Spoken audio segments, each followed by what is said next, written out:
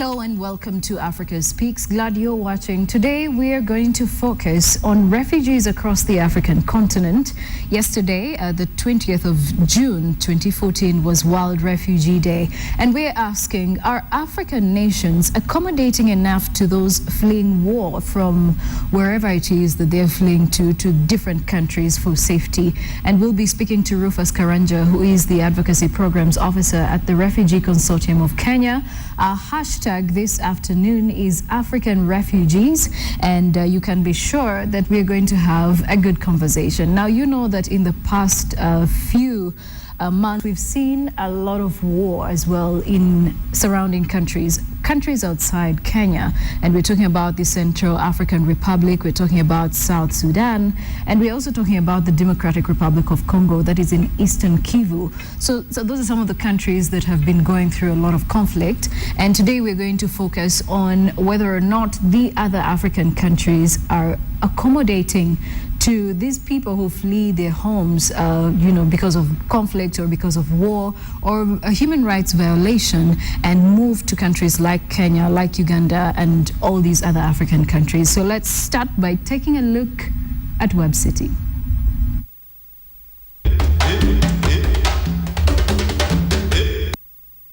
More than 50 Nigerian schoolgirls kidnapped by Boko Haram have been reunited with their families. His Excellency Chief Olusegun Obasanjo, he has promised to help in negotiating with the people concerned about Boko Haram, and hopefully we'll probably find a lasting solution as quickly as possible. Who are largely unknown, and they can operate anywhere at any unexpected hour of the day. So that is the more reason why it is very difficult to solve. The campaign here in South Africa over the past 2 months has been mounting civil society, faith-based organizations, and various branches of the government calling for the safe release of these girls. Well, you will know that South Africa is home to thousands of Nigerians who live here. They are equally worried about what's happening back at home. They feel that, the government of Nigeria is not really in control of the security situation in the country. They are frustrated, saying that the government is not communicating on what really happened or in the efforts to track down these missing girls. Over 200 girls are kidnapped anywhere in the world by an extremist group such as the Boko Haram. It is not just kidnapping. It is not just a terrorist act. It is massive human trafficking. And yet, after all this time, I start to get the sense that what we can do, the global community can do, is almost nothing. Because while we show our support to the people in Nigeria, it is the people of Nigeria, the citizens of the country, that know the politics of their country best. But 219 remain missing. The U.S. has imposed sanctions on Uganda for anti-gay laws it says are counter to universal human rights. The statement said Ugandans involved in human rights abuses against gay people would be banned from entering the U.S. The White House is also cutting funds to a number of programs it is running with the Ugandan authorities and cancelling a military exercise. The law signed in February by President Yoweri Museveni allows life imprisonment for acts of aggravated homosexuality and criminalizes the promotion of homosexuality. But what do the leaders in Uganda have to say about this? And I've always said this, a choice between the future of the people of Uganda, the culture of Uganda, and my traveling to another states. I prefer the future of our children.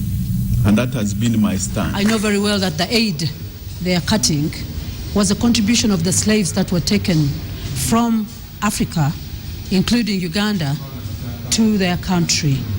We have other reasons with the United States. For example, the United States of America for many years now has been reminding Uganda that its expenditure on the military vis-a-vis political administration is so excessive that they are likely to cut off aid. Kenyan President Uhuru Kenyatta has blamed local political networks for the recent attack where more than 60 people were killed in 2 days in Peketoni, Lamu County, one of Kenya's coastal towns. His statement refutes Somalia's Al-Shabaab earlier claim that it was behind the attack in retaliation for the presence of Kenyan troops in Somalia and the killing of Muslims in Somalia by KDF soldiers sent in 2011 to help the weak UN-backed government defeat the militants.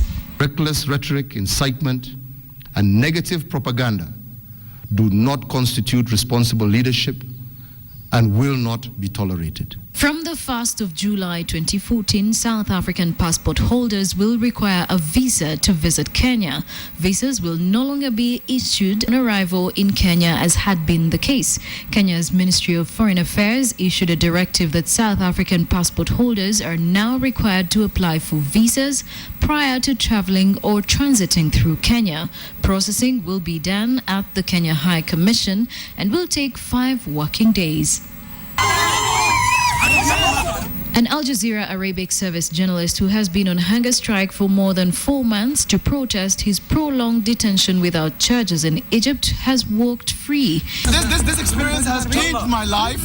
I am not the person who has been anymore. I am now more determined than before to carry on with this struggle. And well, that is some of the news from around the African continent. Now let's take a quick look at Click.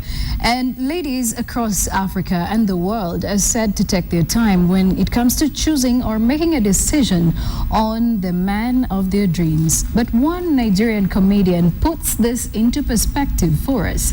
Take a look. But the set of people I respect in church, when their prayers, they touch me. Ladies, you know, they are not prayer warriors until you get to a particular prayer point.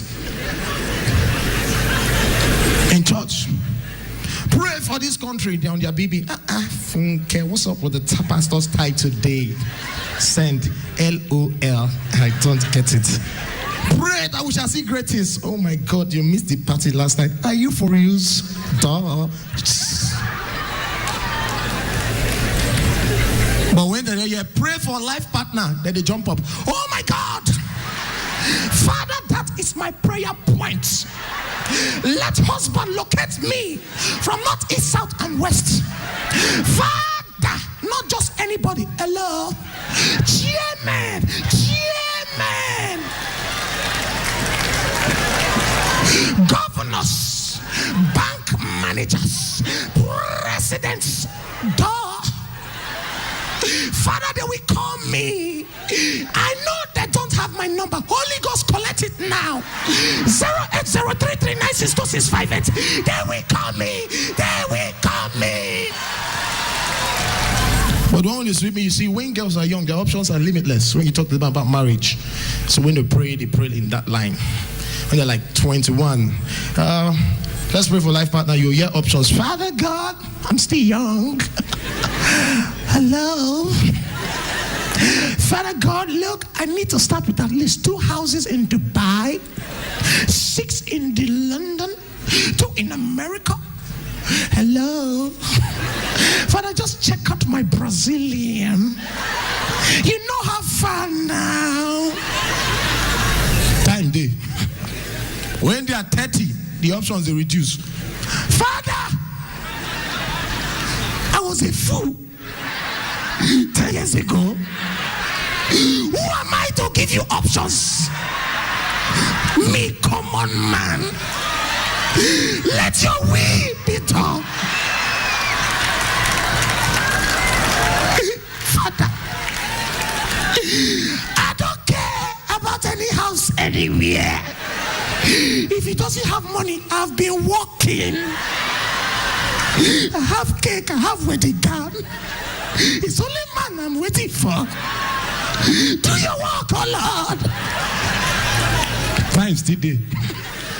34. Prayer now straight to the point. Father, man. I kill Papa, I don't mind.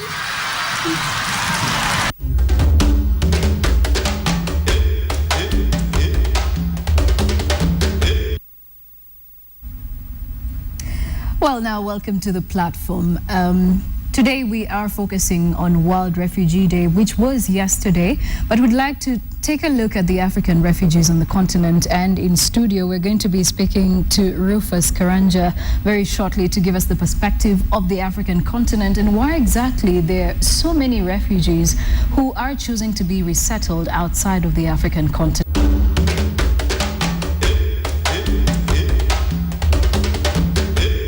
Now, in studio, like I mentioned, we have Rufus Karanja, who's going to be giving us the numbers and also some of the reasons why we have increased numbers of refugees. But more than 50 million people worldwide currently are refugees. And one thing that we also must take realization of is that in sub-Saharan Africa, we're also having an increased number of refugees, especially those of them who are fleeing neighboring countries like the Central African Republic, South Sudan, and countries like Eritrea. Some of them are actually fleeing from Ethiopia, and we also have just close by the eastern part of the Democratic Republic of Congo. But welcome to the show, Rufus.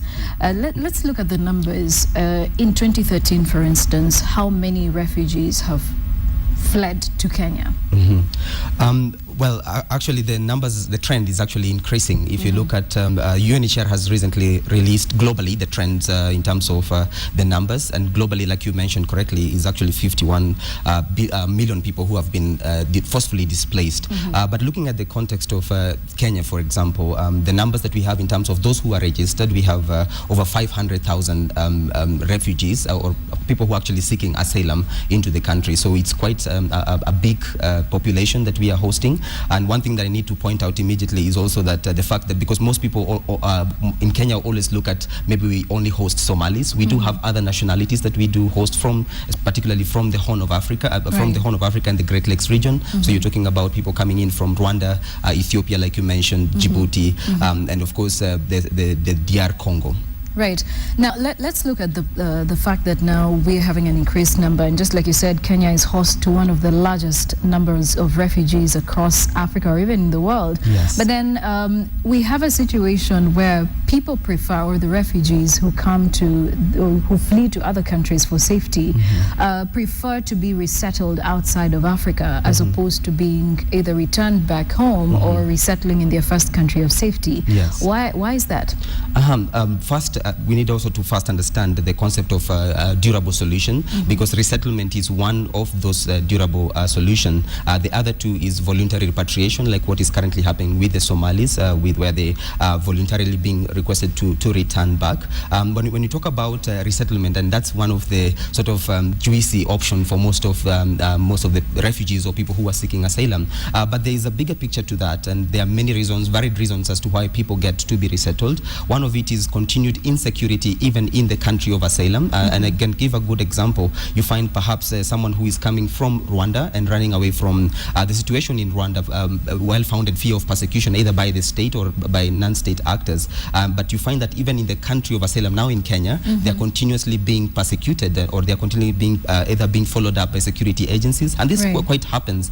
So they go through a process through the UNHCR, where now they be able to look at their security situation. Then a viable solution for them is for them to be resettled. Another one is perhaps to do with their medical condition. You find that there are those who have come into Kenya, but then they cannot get the medical condition. Maybe they have a long-term illness that perhaps can be better treated in a third country.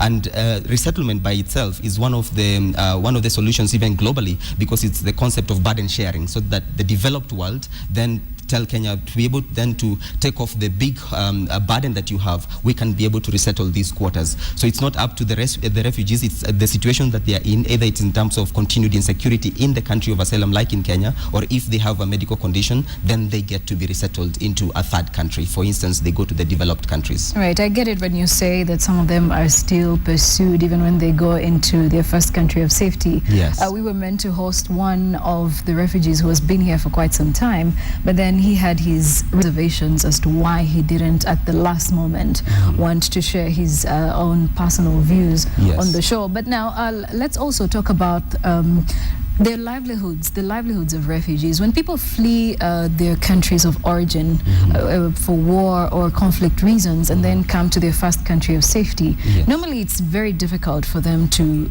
have their same livelihoods that they had back home. Maybe if they were doing business, coming to their first country of safety, they're required to all be in a refugee camp, and that in a way affects their livelihoods.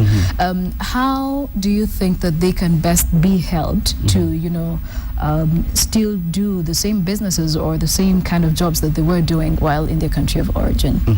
When people flee their countries, either in terms of because of conflict or because of either another sort of different kind of push factor that makes them seek asylum, one of the things that we need to appreciate is that they do not leave the skills, they do not leave perhaps the education that they do have. But the other thing that also we need to appreciate is the fact that Kenya for a while has been having a very conducive asylum policy, if I may say, because before March, before when the government officially gazetted the Dab and Kakuma as the designated refugee camps, they would be allowed to live within the urban areas. But in terms of then, and that's one of the things that our agencies do in the sense of capacity building. There's need to capacity build and continue to build the skills that they bring on board. For instance, if you look at the persons who are fleeing from DR Congo, they speak French, and they could be an opportunity for them then to be able to pursue, perhaps even teach within our universities, because within the Refugee Act, they are allowed to have a work permit. They can apply and get a work permit.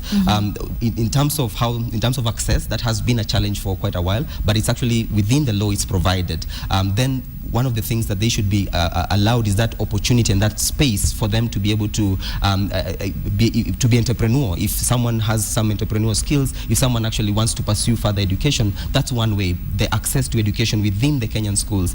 But now in the current context, where now they perhaps with the current directive for them to be put in the camp settings, of course we only have one university in the Dab, but in Kakuma we do not have. Then that might limit perhaps someone who had already started pursuing university level education. So if there's an opportunity and a good environment for them, then that would actually better their livelihoods. All right. In case you're watching us, we're using the hashtag African Refugees, and we're asking, are African nations accommodating enough to those other Africans who are fleeing their countries of origin to countries of safety? And you can share your views with us on Twitter or on Facebook. And if you can send us a video comment as well on africaspeaks@standardmedia.co.ke. Now, let's now look at the fact that, some of them would like to go back to school, and, them connecting from their countries, coming to connect into university does take some time. Even them just settling into their countries of safety does take some time as well. And what options do most of these refugee agencies or non-governmental organizations give in trying to help the refugees from other African nations, be able to cope with, say, university or furthering their education? Within the humanitarian sector, and which our agency, the Refugee Consortium of Kenya, belongs to, there are various programs and interventions which we come up with. For instance, if I may just quote one of the agencies, is they offer scholarships to some of the refugees who would want to pursue either tertiary education or university education, just as a way of trying also to support them, because you realize when they come into the country, perhaps they do not have the means, especially for those perhaps who are in the camp settings. So some of the agencies, what they do is then to try and offer some scholarships, and of course as a way of trying to boost them and ensure that they have been built, because one of the key aspects that we need not to lose sight of is the aspect of, because refugee status is not supposed to be permanent at the end of the day, and that's why we have options like voluntary repatriation. So one of the things that, and the conversation within the humanitarian sector is also trying to see how can you build the resilience, and how can you then ensure that you build their capacity. For instance, if it's the Somalis and we are looking at them going back and building their nation, but then can then there be an opportunity for them to pursue education here, so that with the hindsight or with the future sight, that they will go back to build their society. Yes. Right. And on reuniting these families, sometimes when war breaks out in a certain country. For instance, what we saw in December 2013 in South Sudan, people's family or some families were separated. Some of them maybe fled to Uganda, and some of them fled to Kenya. Some of them might have fled to Ethiopia. And the same happens with those fleeing war in the eastern parts of DRC. Some of them come to Kenya, some go to Rwanda, some go to Uganda. The same applies to the Central African Republic.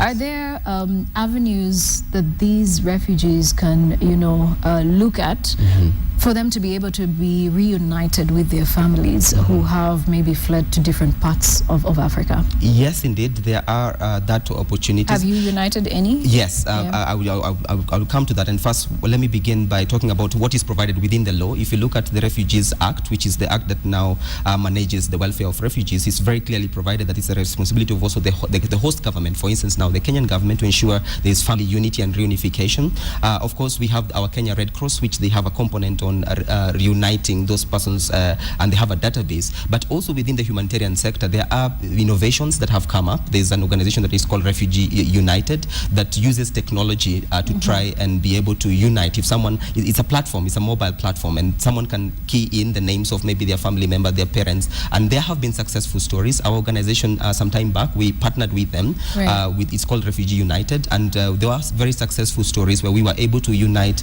families who had young unaccompanied minors, both in the country of asylum. Some were from Somalia, some were from as far as South Sudan. We were able, through that media, the innovative platform, where they just use it's a mobile phone application. So there is the use of also technology within the humanitarian sector. Impressive. Well, 2014 is basically looking at hospitality of refugees, and also the fact that there are very huge numbers of children as well who are increasingly becoming refugees and being left homeless and maybe motherless or fatherless. Some of them are being orphaned, and those numbers are growing. The latest statistics say that of these 50 million people who are refugees across the world, half of them are children, or at least half of them are children. What does that say about us as Africa? That's actually a very good question, and you correctly pointed it, because if you look at the South Sudanese situation early in January and February, those are the statistics that we were receiving up in Kakuma. You find that there were a lot of unaccompanied minors crossing over into the country. Well, there are different dynamics if you look at that. It would talk about, because then you'd ask the question, where are the young men of fighting age? Perhaps then, because if you look at the trends, you discover that there's a lot of conflicts that are rising up. Then does that then communicate that young men are more being engaged more in conflict? And also the question also, and it's a different narrative, the role of women also in these conflicts, and it's an interesting perspective which some has not even been brought out. Even now, the question of terrorism, the role of women are playing even in perpetuating more of terror activities, and so that it would be a perspective to see that perhaps it's the fact that women now are being involved either as collaborators, either in the conflict that are happening within Africa, and that's hence the reason why you're seeing a lot of unaccompanied minors then crossing over to seek asylum. Great. But also something maybe I might just also add, there's an interesting trend. If you look at South Sudan, the reason why we are also having a lot of young unaccompanied minors coming is also the opportunities that are present in terms of education opportunities in Kenya. It's something that is perhaps just not a very positive outcome or negative outcome, in the sense that because of the lack of good education facilities, perhaps like in South Sudan, because of the war that is ravaging there, then you find a lot of the young children are being sent by their parents to come and seek education opportunities in Kenya, because we have a better education system than theirs. Great. My final question to you is, are all refugees innocent? Because, we have instances, for instance, in countries like Rwanda, the people who were sent into exile, and I'm not going to point fingers at this point, but some of them did flee to countries like Kenya, and some of them are still being sought after up until today.